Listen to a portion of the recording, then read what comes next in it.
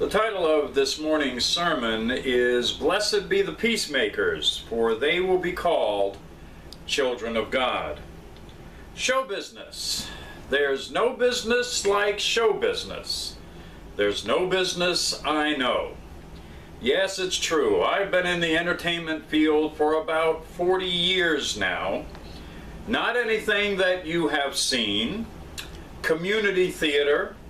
It all started back in, I believe, 3rd grade when I was cast as Pigpen in a Charlie Brown Christmas.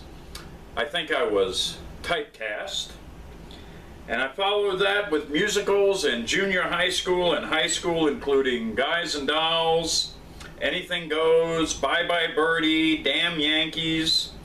And then in college theater, I performed in plays including Brighton Beach Memoirs, Neil Simon's Rumors, A Flea in Her Ear, Annie Get Your Gun, and another production of South Pacific, and my favorite role as Bob Cratchit in A Christmas Carol. Along the way, I've done radio, television, and even some stand-up work while doing my work as a church pastor. I love the entertainment world. I love movies. I used to collect movie soundtracks. I have a rather impressive DVD collection. I enjoy pro wrestling, which is kind of a soap opera for guys. I love comedy and comedians. One of my all-time favorite comedians is someone that you may remember, a gentleman by the name of Red Skelton. I've sat in the audiences of David Letterman and Conan O'Brien. And I can remember my sister and I being in the audience of the $10,000 Pyramid. They used to film in New York City, and this was in the 70s. And I can even remember the celebrities who were appearing, Mike Farrell and Adrienne Barbeau. I've seen musicals on Broadway. I've had musicians and well-known speakers in my church. I've met some amazingly talented speakers. I've been blessed, but nothing could prepare me for an adventure that began in 1992 because my mom and my wife and I decided to attend the grand opening of the Walton Mountain Museum in Schuyler, Virginia in 1992, the birthplace of Earl Hamner.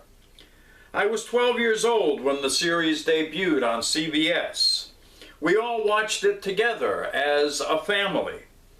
I lived in New York at the time, and when I moved to Virginia in 1977, it was fun to hear about a TV show talk about area cities nearby where we lived, like Charlottesville and Richmond, and every once in a while even Lynchburg was mentioned. Never in my wildest imagination did I think that the Waltons would come to mean so much to Lisa and I and how we want to serve God's kingdom here on earth. He began his professional career at the age of 7, appearing in The Girl Most Likely in 1958 with Jane Powell, the first of 18 films he would act in over the next 20 years.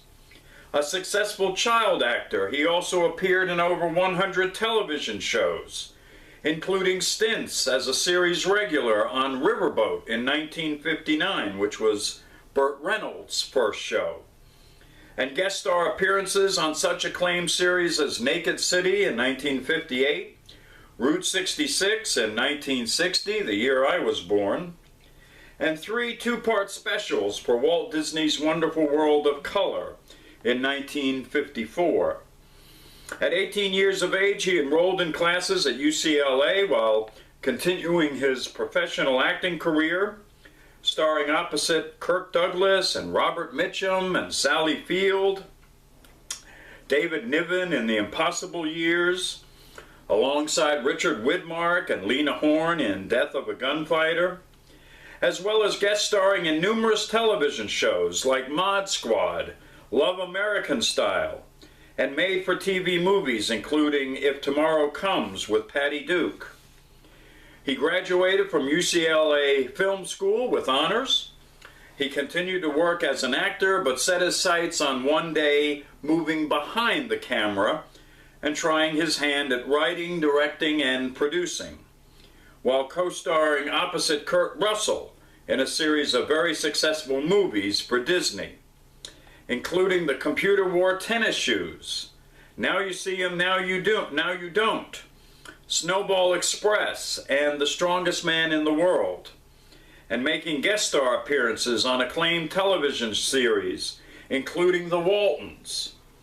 He began writing. He was lucky enough to get his first professional writing assignment collaborating with his father, John McGreevy, who won an Emmy Award, among others, and developing a 3-hour movie for television about the Kennedy assassination entitled Ruby and Oswald in 1978, a truly monumental television event. Ruby and Oswald was a ratings winner as well as a critical success. He continued writing on his own, branching out into series television, working on such shows as The Waltons with creator Earl Hamner Jr. And I'm speaking, of course, of my friend Michael McGreevy. Now, Ray Castro of Boonton, New Jersey, grew up watching The Waltons. In the 1970s, his passion for the show led him to produce numerous Walton-related events: the Waltons' cruise to the Caribbean, Richard Thomas's 47th birthday party in Hartford, Connecticut, a Waltons Mother Day reunion in New Jersey, producing both the Homecoming and the Waltons' 40th anniversary reunions in New Jersey and Los Angeles. Mr. Castro recently has directed and produced Earl Hamner Storyteller, a documentary on one of America's greatest storytellers, Earl Hamner. And then there's Tim Maccabee, who says, I am a promoter and producer in Pigeon Forge, Tennessee. These days I primarily work with legendary country music artists, including Loretta Lynn, Merle Haggard, the Oak Ridge Boys, etc. I love traditional country music, and our audiences here love it as well. Occasionally we will mix it up a little bit and have a night of 50s and 60s music with Chubby Checker and similar artists, or perhaps bring in Tim Conway for a night of comedy. Years ago, I produced some cast reunion events with actors from the Andy Griffith Show. We had Don Knotts, Betty Lynn, George Goober Lindsay, Howard Morris, and many others attend our events. That is when I originally met Ray Castro. A few years ago, he was organizing a Waltons event in New Jersey, and I offered to help him out.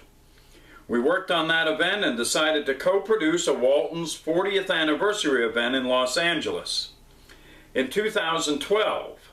Obviously, our latest project is the documentary. Along with Michael McGreevy, it has been a blessing to work on this project with the two of them and, of course, Earl. I am honored to have gotten to be a part of the Earl Hamner Storyteller. I am even more honored to call Earl, Ray, and Mike my friends. Now, for me personally, I started hearing about the Earl Hamner Storyteller around September of 2014.